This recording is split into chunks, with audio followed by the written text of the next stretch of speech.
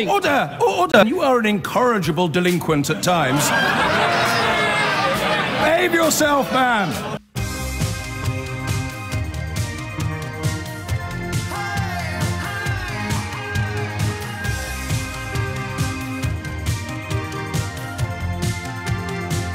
And you could be forgiven for not having noticed that our Foreign Secretary had a meeting with the American Secretary of State for Trade yesterday. It coincided with the announcements of policies by the Donald Trump administration that could be loosely described as profoundly protectionist. The idea that we are going to somehow benefit from crumbs from that table appeared to sail over the horizon. But I could be wrong, because I haven't been able to find any coverage of that meeting at all. Presumably, the Foreign Secretary would have talked about Yemen, he might have talked about Syria, he would have talked, one imagines, about post-Brexit relations with the European Union, all manner of issues that the Foreign Secretary should be concerning himself with, which could be filed loosely under the title Foreign Affairs. But he's not. Instead, he's briefed the newspapers that he will use a cabinet meeting today to try to undermine Theresa May and claim more money for the NHS, despite relatively recently explaining to London that there isn't any money for anything. So that's enough about Boris Johnson. Let's concentrate instead this morning on news from the other side of Parliament. I'm kind of really concerned with something at the moment.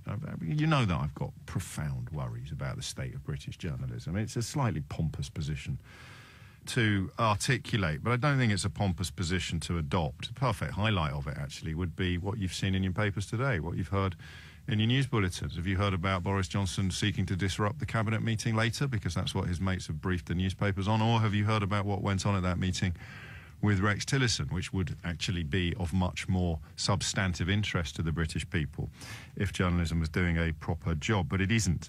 And you know that part of my problem, as we talked about this yesterday in the context of girls under 8 and headscarves in primary school, is the difference between dirty light and clean light. It's my new obsession, my new theory, is that if people shine dirty light on a story, those of us who like to think we're in the business of shedding clean light, sometimes step away from it.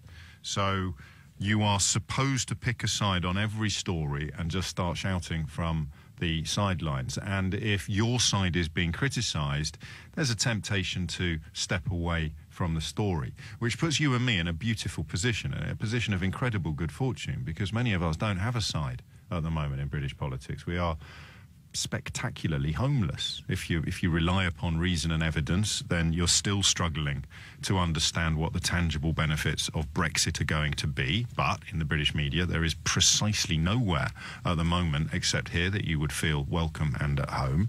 And similarly, if you are not attracted to either Labour or Conservative policies or politicians at the minute, what the hell are you supposed to do? I do not know. But I do know, as somebody who considers the rise of racism in this country and America in the last 2 or 3 years to be as sad as it is ugly, I do know that I'm guilty of what we often accuse our critics of. Sometimes there's a temptation. If you see a story that you think will play into the ludicrous narrative of white supremacists, people who have enjoyed so much privilege growing up that they see every single attempt to introduce equality as an act of oppression. This is, if you've got a minute, this is at the heart of everything that's happened on both sides of the Atlantic in the last couple of years. This notion of, they talk about white genocide. You know, there is an idea among, you forgive me guys, but you know, you're not snowflakes, are you? You can take a little bit of robust criticism. It's essentially kind of very inadequate white men. One imagines often very uncomfortable speaking to women. Not just on the editorial floor at the Daily Mail, of course, but also in universities, places like that. Men who think that their inability to speak to women is somehow the fault of women.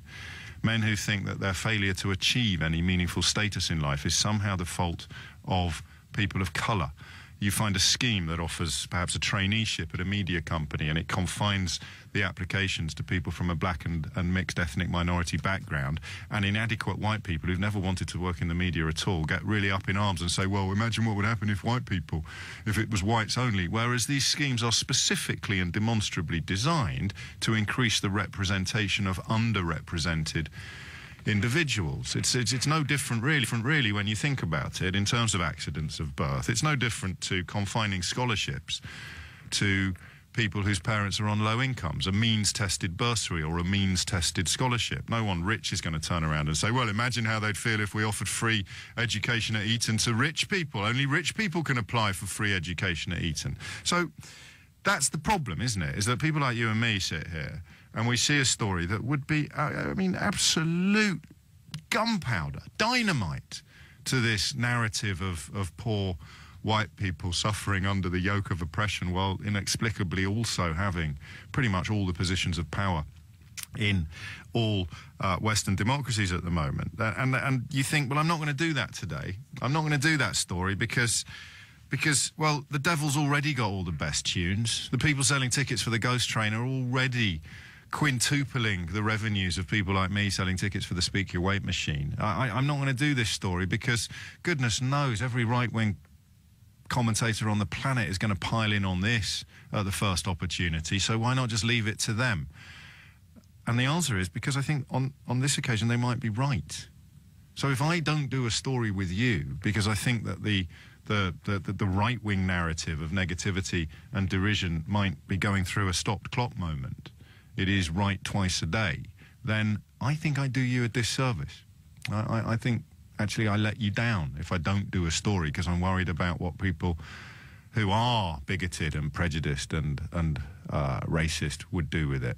Which is why we're talking about the Labour Party today and a policy which I think is despicable. It's not a word I use very often, but I can't think of anything worse, actually, in the context of race relations than holding a conference to which non-white attendants are invited to pay £10 less than white attendants. I've been through it a couple of times and I've tried to find coverage of it. I've tried to find coverage of it that challenges the narrative, and I can't. It is simply the case that one regional board within the Labour Party has asked the party, HQ if you will, to subsidise part of the cost of this year's conference pass for BAME members to encourage attendance and improve representation. Now, I can't really say I don't care what white people think about this because I'm a white person. But what I mean by that is I don't think we need to spend too much time. Well, I guess what I could do, I can do what all journalists do when they're feeling a bit lazy. I can just tell you what Andrew Bridgen thinks, the Tory MP for North West Leicestershire and the country's leading rent-a-quote right-winger. He claims that it contradicts decades of anti-racial discrimination laws, especially the Equality Act 2010. Labour says it was subsidising non-white membership to improve representation. And there you have it. That to me is a position that's very, very easy to identify and articulate. But he's right, isn't he? For once. I would like you, if you are BAME, to tell me how you feel about this, whether or not I'm missing something. There is one line of, what would you call it? Pause? Cause for pause? To encourage attendance and improve representation. So if the East Midlands Regional Board have done a head count and decided that white working class people are already attending and enjoying representation on a proportional scale and can somehow afford 40 quid to turn up for a conference in Loughborough with Jeremy Corbyn speaking, then there is a, I suggest, very slim chance that they've done some number crunching and this actually made sense according to the numbers that they've crunched. We'll try and find out. But in the first instance, I just want to know how it makes you feel, how it strikes you, this idea that people of colour should pay less to attend a Labour Party conference. You know the number, 0345 6060973 is the number that you need. You heard me tie myself in a small knot 5 minutes ago during the introduction to this, because I don't like adding to that sort of faux politically correct narrative that people try too hard to be inclusive and decent. I'm not really sure that it's possible to try too hard to be decent, but this story suggests that perhaps you can try too hard to be inclusive. What I really want is for you to highlight something that I've completely missed. Something that flies in the face of the analysis I've just provided you with, something that challenges the notion that this, even if it does a little bit of good, is going to do so much harm. And that leads me to my final fear, which very simply is that if we stop doing things that do a little bit of good because we fear the volume and clamour of your sort of professionally angry people, usually people who feel that ethnic minorities...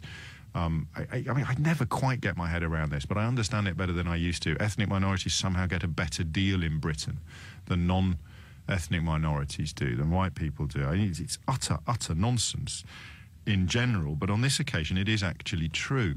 So there's a little bit of me this morning that wonders whether I have now been groomed or brainwashed by the British media into thinking that, oh, Labour shouldn't have done this because the racists are going to have a field day. Do you see what I mean?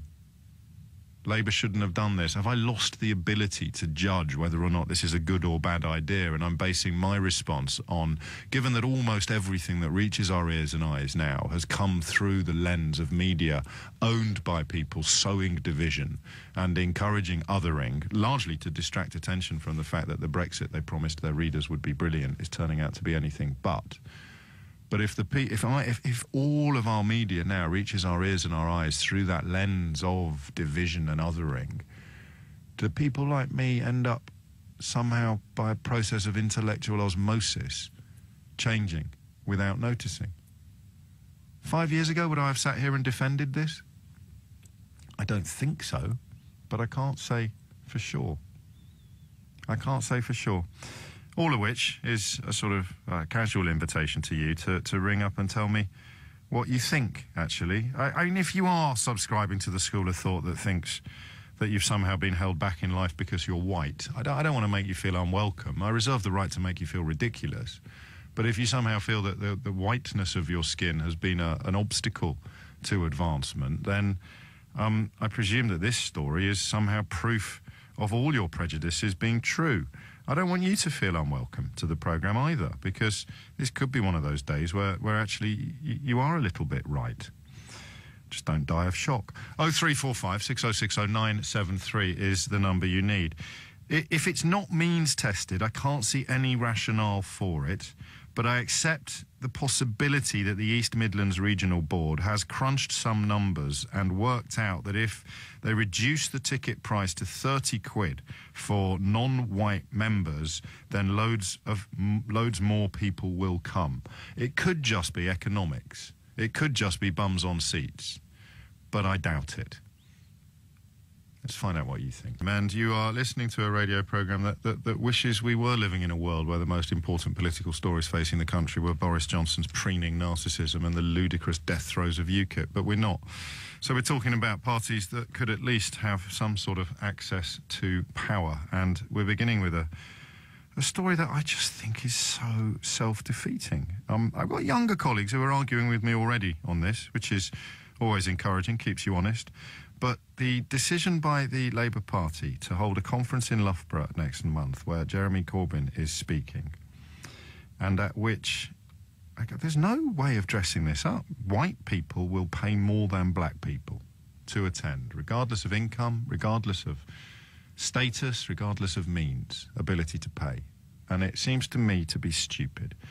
But my fear is that I think it's stupid because the right, if you will, the kind of racist rhetoric that is in the box seat at the moment, I can't help thinking they'll have such a field day with it that it will do more harm than good. But if it is genuinely going to do some good, then shouldn't we be doing it anyway? You think I'm confused? Stick around, it's only going to get worse. Sherry is in Peckham. Sherry, what do you think? I'm just confused as to what perspective they're coming from. A reduction of £10, and by the way, I'm a Labour member and I'm also a black female. Okay. By reducing the fee by £10 does no sort... It's not appetising for me to attend a conference. It would actually put you off. It would put you off. It would put me off because you're focusing on the wrong thing. I think by reducing the fee by £10 doesn't suggest that anything's going to be any great or they're doing anything specific for BMEs. What they need to look at is opening up and broadening the opportunities within the Labour Party in senior positions. So taking that £10 fee reduction and maybe possibly creating a position or a senior position for a BME, because they're really underrepresented in the senior positions. On the ground and where they... Yeah, but then actually... perhaps unintentionally, you've given me a reason why this is a good idea, because you've got to get them in on the ground floor before they can be... No, you don't get somebody in by suggesting reducing the fee of £10. You get people in by suggesting... How do you know? Because I'm a member. I wouldn't go because you reduced the fee by £10. But you're already in. They're trying to attract people who aren't in. It doesn't matter. Are you sure? Encourage, of course, because I'm meant to be an example to the younger generation, encourage them to join the Labour Party. I think, I agree with you, but I have to... I've got to argue with you, because it's the nature of the beast. Of course. What if the East Midlands Regional Board phoned up HQ and said, we're all coming in, we booked the coach, we're going with Whittles, which is a very good Midlands coach company, and just so you know, I know that we're supposed to be really pushing the inclusivity angle at the moment in the party, but we haven't actually got any BME members coming. A few of them have said that if it was a bit cheaper they would, and HQ has responded to say, well, all right, tell them they only have to pay 30 quid. No. No. That wouldn't happen, so I'm not even going to entertain your argument. Could you be any more cutting? No, I've got to use the £10 reduction. Hang on a minute, what's happened? It's usually the other way round. Oh, wait, stop it. I'm supposed to be cutting callers off at the knees. What's going on here? I won't even entertain. Business. Come on. It's the nature. She's done me like a kipper. A £10 reduction fee could be used to encourage more leafleting, because we're great at that, more platforms on social media such as Snapchat and Instagram, and encouraging the younger people by showing opportunity. So why should people come to these meetings? Because we are trying to get you in, and we understand that you vote on the ground, and we want to start talking to you about how we can open up opportunities. Reducing a £10 fee doesn't do anything. You might as well just make it a free concession if you're really that interested. You can't have a yin and a yang. It's either you take it to the left or you take it to the right. And for me, this is it's just like another moment thing. Does that make sense? Another what thing? Needed. A moment. It's just a moment thing. We'll be talking about something else with the Labour Party. Oh no, I take your point. I just didn't want to do what Boris Johnson wants us to do and talk about his attempts to undermine Theresa May at the cabinet meeting later today. And this does seem to me to speak to a lot of issues that are live and current at the moment. Can I have one more go? Or not? Yeah, go on then. Are you sure? Will you entertain this argument? I'll try and entertain you. All right, first time for everything. What if it was Jewish members? With the problem Labour has with anti-Semitism at the moment? What? There's always what if. There's just no reduction fee. A membership fee is a membership fee. If you're interested in coming, you come. It is as simple as that. Right, but Labour is dealing with allegations of anti-Semitism. There's some pretty grim... Well, no, it is. Stop arguing at me, will you? This is ridiculous. What? There was allegations that sometimes you can be a bit sharp and argumentative, but does that mean we start a whole petition of what we think about you? What? No, we just phone up and we just... You don't have to start a petition. The Sun newspaper will put it in their op-ed column. They're so rattled by reality. What, no, I mean this. Stop it. Seriously. I insist that you listen to me. The anti-Semitism issue does work, actually. If Labour wanted to send a message to Jewish Labour supporters that they are... They're not going to reduce the fee. Why not? They're not going to reduce the fee. They would up their campaigning. Yeah, but how would you feel if they did? Surely it would be... the Jewish community and encourage them to speak to the Jewish community. They're just not going to do that. It's simple. So get some leaders, some BAME leaders, and get them to encourage people to come along. Yeah, no, it's not either or, though. I'm sticking with my anti-Semitism question, because I think that is actually a circumstance in which having different criteria for attendance for people from different backgrounds would make sense. I'm just rejecting the notion that this is sort of scorched earth, 100% right or 100% wrong. Labour is struggling with accusations of anti-Semitism, accusations which in some cases seem to me to be fair. If they then turned around and said, we would like to extend an invitation to all our Jewish members at a reduced cost to what everybody else is paying, because we take these accusations so seriously and we want you properly represented at conference so that together we can find ways of tackling this problem. Come on. Because you've picked a different group doesn't make your argument any stronger. It does. You just don't reduce... No, it don't. Yes, you just don't reduce the fee. It's on principle. If it's mean-tested, it's fine. If it's not mean-tested, get rid of it. Doesn't make any sense. Your argument's not strong. All right. But I like entertaining the debate because we learn from each other. Yeah, patronising much. Honestly. Whatever. Yeah, whatever. Have a great day. It's 27 minutes after 10. Rachel's in Norwood. Rachel, what do you think? Hi. So look, my son is 17. We're a black family, and he, is very driven to become an MP himself. I think it's a fantastic opportunity for, say, young people or young black boys or young black men. The country's changing, and that's what people are not grasping. There is a change going on, whether we like it or we don't like it. Children, young people getting in an uproar about education. They want a voice now. Wow. And, you've got people like Stormzy coming into the Labour Party, to support the Labour Party. You've got young people who, rather than doing grime and crime, they could be doing something else. So, their voice needs to be heard. And I think having a reduction versus, how it's been spun as they're paying more, it's a reduction, and it might not be for life. It's a reduction for an event. Let's be clear about that. What about the 17-year-old boy living over the road, who is in economically an inferior situation to your family? He actually has less spare cash. How is he? And he has ambitions to be a Labour politician, and he would like to speak up for the underrepresented in this country. What message does this send to him? I think... Sorry, I've got to go down here. Come. There's no way he's 17. Look, there's no way he's 17, Rachel. I'm not having it. I've got 3 sons. Oh, all right, then. Are you all right? Do you want to respond to that, or do you want to go and give him a bottle? No, I don't know. He's 3. No, darling, you go and look after him. We'll try possibly get you back up later. But they're in 2 calls, 2 positions from similar perspectives in terms of background and completely different perspectives in terms of response to this story. So I am going to do something I probably should do more often.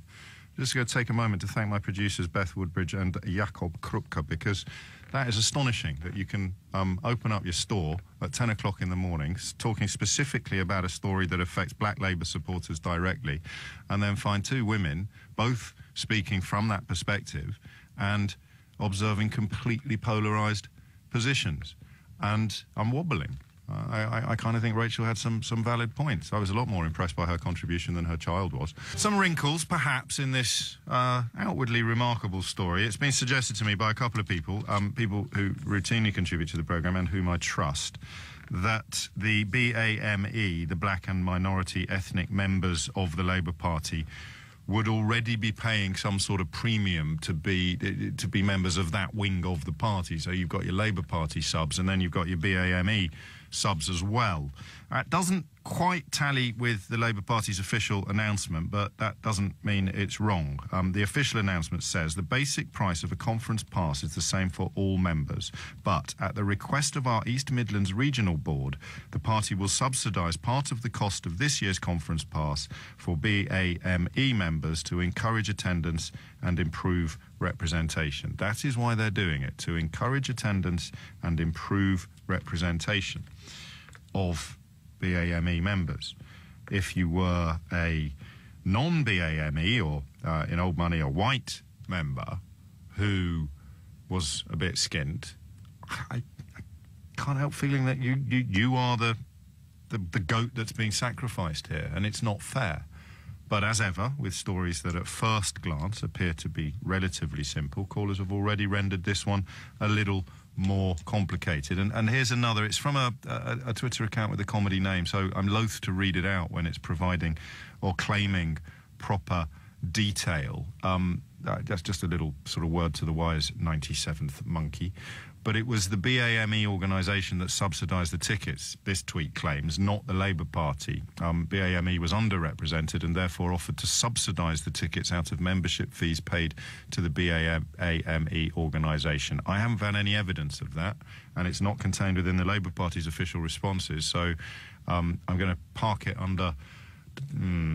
until you provide me with more evidence, Mr. Monkey. Thank you. 10:37 is the time. You are listening to James O'Brien on LBC, where we examine a story that appears to me to have been concocted in a laboratory to provide relatively racist rhetoric with the mother of all Phillips. Labour is facing an inquiry by the Equality and Human Rights Commission into its decision to charge non-white attendance at a conference less than white ones. Anthony's in Cambridge. Anthony, what would you like to say? Hi, James O'Brien. I've just been listening to the weather, and hell has frozen over, my friend.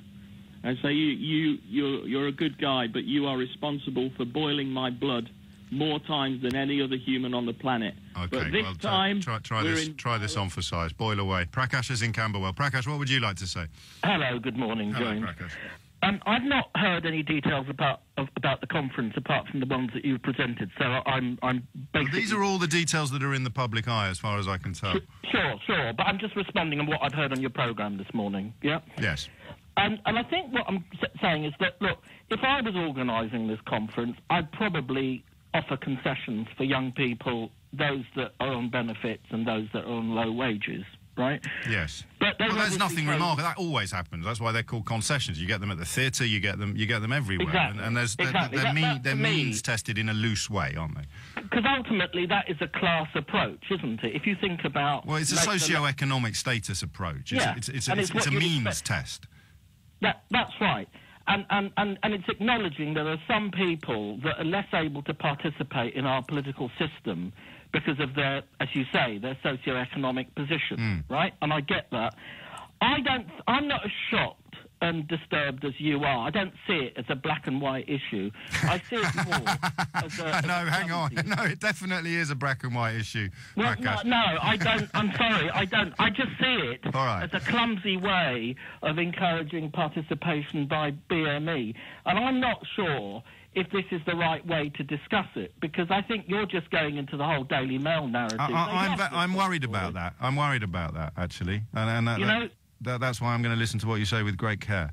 So I think what the issue is that generally politics is full of middle-class people, right? Yeah. And increasingly we're seeing more black or BME middle-class people around, hence more participation by BME people.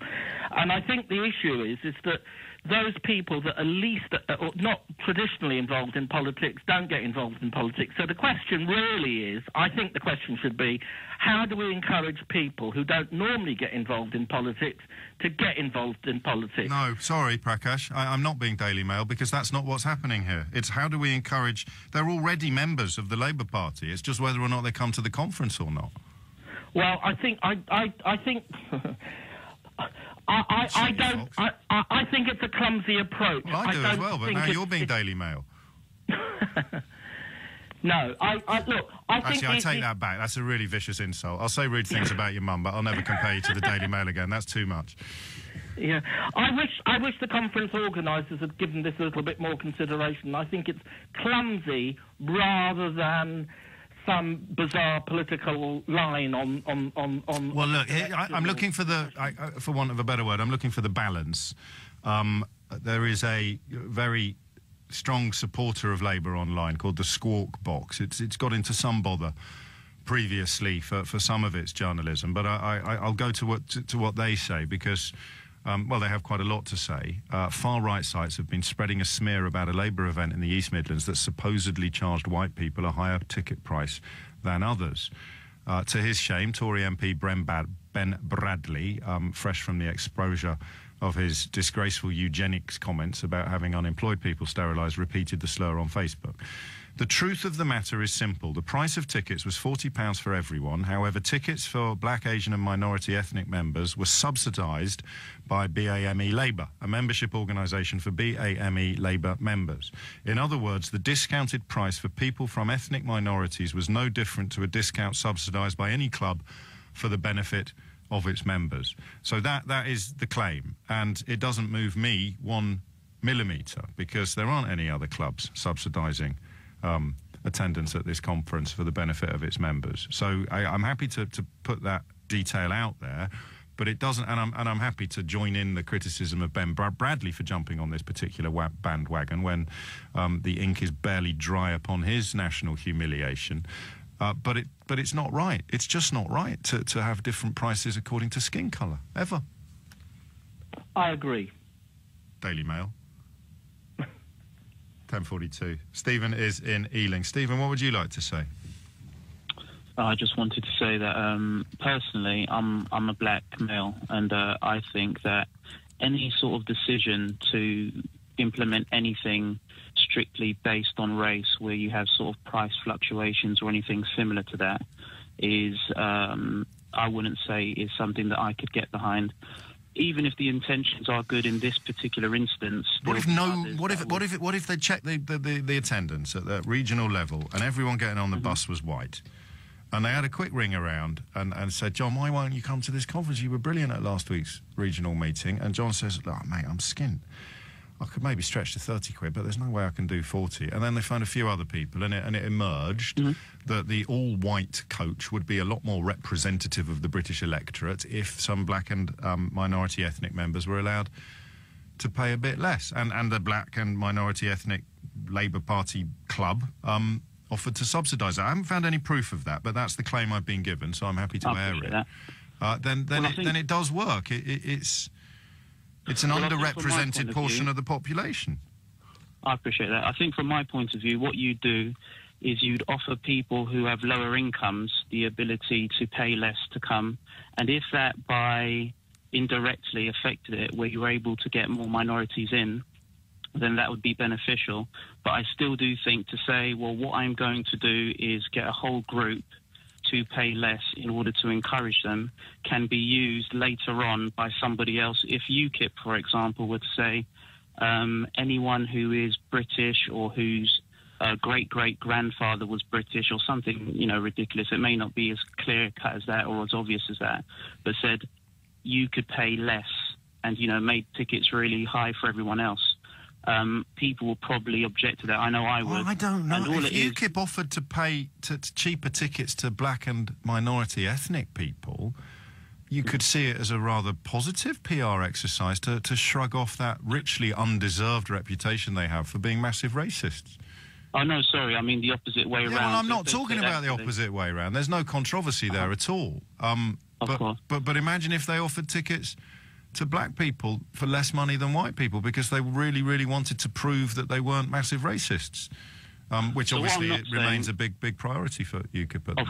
Of course. So what I'm not saying is that it can't be used well. So you could, obviously, there's stuff you could do by race and say, well, for this particular race or religion or gender, there's a lot of instances where we use this sort of thing and we use it well.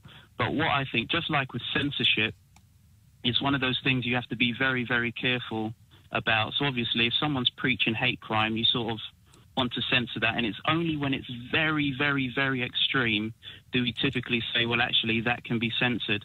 We have to be very careful about what we censor because people are allowed to express. I understand the point that you're making, but we don't need tangents and analogies here, really, do we, Daniel? It's Stephen, I beg your pardon. It's pretty clear what's going on, and we can pretty clearly arrive at a conclusion. So you didn't mention your own ethnicity.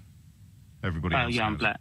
Okay. Yeah, I'm a black man. So apart from Rachel, with a 17-year-old son, there's unanimity here that this is. Even if it was forged on the side of the angels, even if it seemed like a good idea for the right reasons, once it's exposed to the cold light of day, it's a really bad idea. Personally, that's my point of view. I think it's been done with good intention, and I don't believe that there's malice behind it.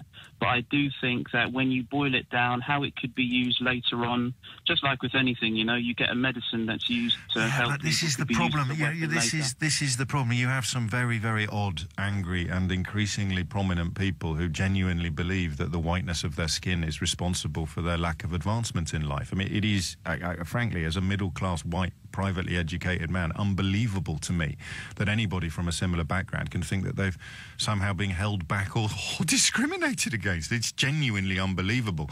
But they exist, and they don't just write in the weird corners of the internet anymore. They're in the Spectator and the Daily Telegraph and once reputable organs.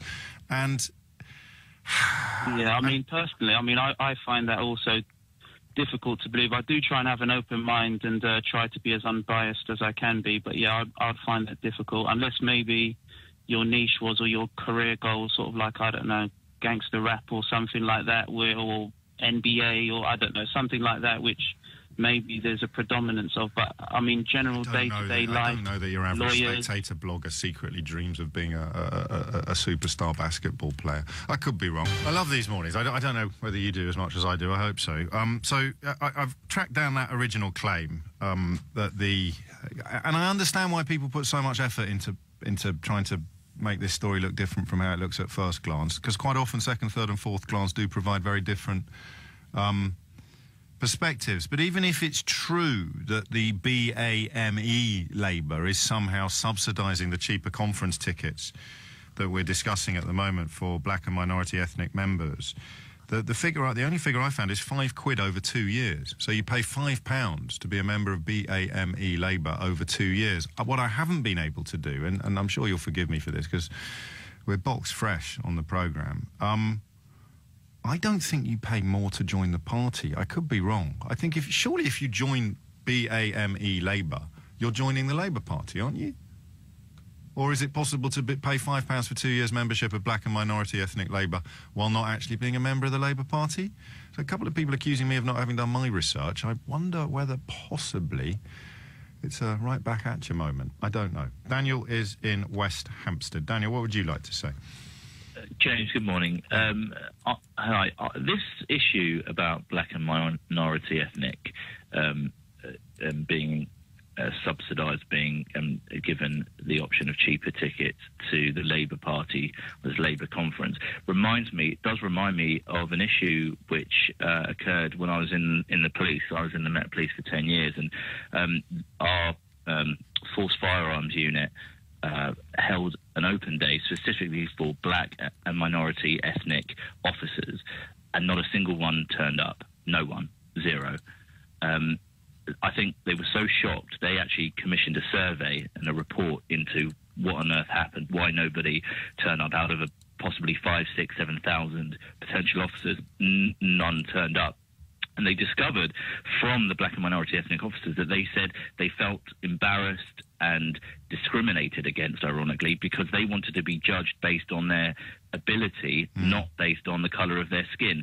And I think whenever we're dealing with issues this is oddly, sorry to interrupt you, but oddly, in the context of recruitment, I'm a lot less troubled by what became known as positive discrimination. I think in the context of policing black and minority communities, it would be great to have more black and minority faces in blue. But in the context of people who were already in the police service, I kind of think the parallel works. Wayne, my regular listener, Wayne in Basildon, went to an LFB, a London Fire Brigade event, with a view to joining the brigade, and felt similarly alienated when they were told how keen they were to recruit people of colour. It's not. I'm not being funny when I say this, but it isn't black and white. There'll be other people that recognise it differently. So parallels notwithstanding, parallels and comparisons notwithstanding, why does this stick in your craw? Because you don't have any skin in the game. Oh, well, no, I don't, because I'm not from that community. But it's the reason why it sticks in my craw is because it's inherently, I believe, it's inherently divisive. It causes sort of divisiveness where there doesn't need to be, and for a party like the Labour Party that sees themselves as all inclusive, to have any sort of divisiveness, even if it is a matter of a few pounds over a ticket price. And if BAME, right, let's be clear, you do pay £5 over 2 years on top of your Labour Party subs to be a member of Labour BAME, so you're already paying extra. If BAME Labour are, as is reported, subsidising the discount for people who've already paid more than white members, does that change your position at all? I mean, often the devil is in the detail. It begins to wobble mine slightly. Well, but then you beg the question, James. It's funny you say that because you're right. Of course, the devil's in detail. But then you beg the question: why are they doing that in the first place? If BME members are paying £5 membership over 2 years, why are they even having an issue where they're being given discounted tickets, subsidised tickets in the first place? Look, if someone with any common sense, James, in that party was in existence, if they had a shred of common sense, they would say all people, apart from some concessions will be the same ticket price. It just doesn't make sense based on people's ethnic minority whether they should be given a cheaper ticket or not. It doesn't make any sense to me. That's why I find it so bizarre why they've done this. It just doesn't make sense. Well, I don't know whether this. No, I hear you. I don't know whether this would help. You know, it's a quiet news day when a privileged white radio presenter is on air. Adam doesn't add, mentioning frequently how privileged and white he is, but you know, I'll add that anyway, is on air saying it's wrong of Labour BAME to spend their own money to subsidise their own members. What a wow, this is one of the stay in your own lane moments. And then I read what Labour said. The basic price of a conference pass is the same for all members, but at the request of our East Midlands Regional Board, the party will subsidise part of the cost of this year's conference pass for BAME members to encourage attendance and improve representation. So if it was really being subsidised by Labour BAME as opposed to Labour, why wouldn't Labour have said that? But apparently as a white privileged radio presenter, I shouldn't be asking that question, according to white privileged Adam. Well, James, anyone who generally discount the view of anyone who attacks you based on... No, I don't. Don't be ridiculous. Prejudice. Don't be ridiculous. Have you not read The Sun this week? No, I haven't, James. Still waiting for a call back from the editor, actually, Mr. Tony Gallagher, devout Catholic and wonderful journalist. Still waiting for him to respond to our invitations to come on the programme, have a little bit of a chat about stuff he printed about me last week. But oddly, I think I might check my phone, actually. Someone give my phone a ring and check the emails. All of these points of contact must have broken down. Joey is in Slough. How are you doing? I'm very good, James. How are you? Very well, mate. What's on your mind? Well, I'm actually Asian myself, and normally on most occasions I tend to disagree with everything that you say. I have to cut you off now in the interest of balance. If you think the most interesting thing you've got to say is your opinion of me, then I might send you away to boil your own blood. But actually, this morning I was listening to your point, and I actually think that if we take the point that if Labour are reducing tickets for non-whites, being Asian myself, I actually find that really offensive. I live in Slough, and our MP is actually Sikh. And I do think that it is good to encourage people from all ethnic backgrounds to get into politics. But actually, this whole point about discounting tickets for non-white people actually divides society. I'm probably taking too high a moral ground there. But I think the whole point is equality. And I think if you're going to do that, what you're actually saying is that non-white people should get a discount for being non-white. And I just think that's not true. They're getting they're getting a discount to encourage attendance and improve representation. Wrong way to go about it. Well, how would you do it? Briefly. Well, I think to carry on... Briefly. Briefly to carry on as a society and say we're all equal. Yes, okay, people think of politicians as a big, all right, well, if you think we're all equal, shall we go to the next big EDL march together, Joey? Well, I don't mind. There's a discussion to be made. I want to see if we're treated equally in that context, because I'm guessing that we wouldn't be.